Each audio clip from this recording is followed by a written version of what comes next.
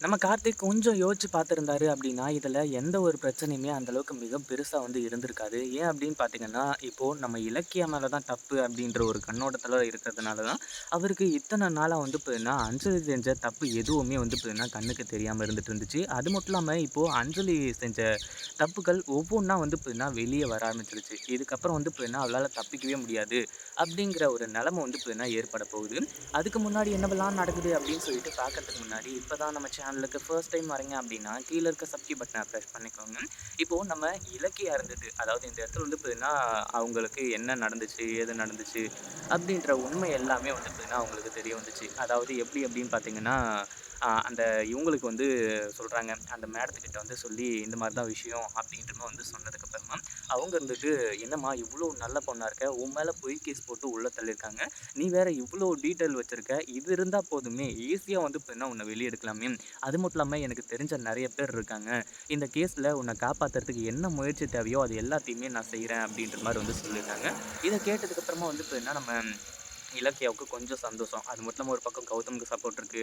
இப்போ இந்த மேடம் வேற வந்து பார்த்தீங்கன்னா, ஹெல்ப் பண்றேன்னு சொல்லியிருக்காங்க. அடுத்தா வந்து பார்த்தீங்கன்னா, இப்போ இந்த அஞ்சலி பத்தின ரகசியம் வேற வந்து பார்த்தீங்கன்னா, கார்த்திக்கு தெரிய வருது. எப்படி அப்படின்னு பார்த்தீங்கன்னா, அஞ்சலி வந்துட்டு அவ பாட்டுக்கு வந்து போயிட்டு இருக்கா. அது மட்டும் இல்லாம ஏற்கனவே இந்த பைரவி கூட சேர்ந்துட்டு சுத்திட்டு இருக்கிறது.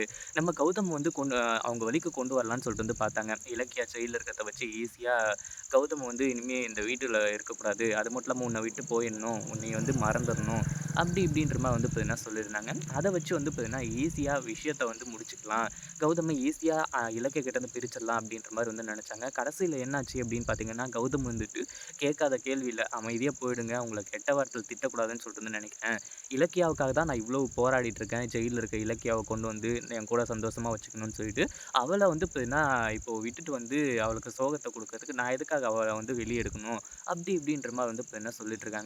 இத கேட்டதுக்கு அப்புறமா வந்து பார்த்தீங்கன்னா, நம்ம இவுங்க பைரவியும், அஞ்சலிக்கும் பயங்கரமான அதிர்ச்சி. என்னடா பண்றது இப்போ? நம்ம நெனச்சது எதுவுமே நடக்கல. எதுக்காகடா வந்து பார்த்தீங்கன்னா, இப்படி இவன் பண்ணிட்டுருக்கான்? எப்படியாச்சும் இந்த ஒரு சான்ஸ பயன்படுத்தி நம்ம வந்து பார்த்தீங்கன்னா, ஈஸியா வெளிய அதாவது நம்ம இலக்கியாவ வெளிய கொண்டு வரது ஒரு பக்கம் இருந்தாலும், கௌதம தன் பக்கம் இழுத்துறலாம் அப்படின்ற மாரி நெனச்சாங்க.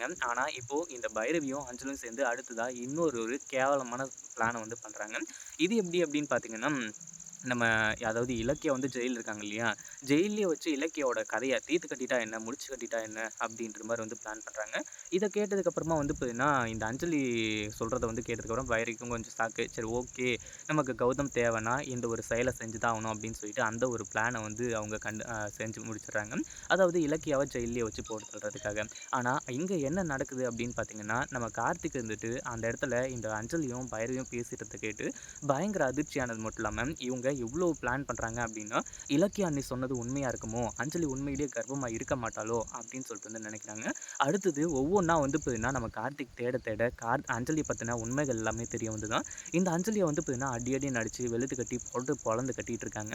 இத பத்தி நீங்க என்ன நினைக்கிறீங்க? அந்த வீடியோ புடிச்சிருந்தா லைக் பண்ணுங்க, ஷேர் பண்ணுங்க. இப்ப தான் நம்ம சேனலுக்கு ஃபர்ஸ்ட் டைம் வரீங்க அப்படின்னா, சப்ஸ்கிரைப் பண்ணிக்கோங்க.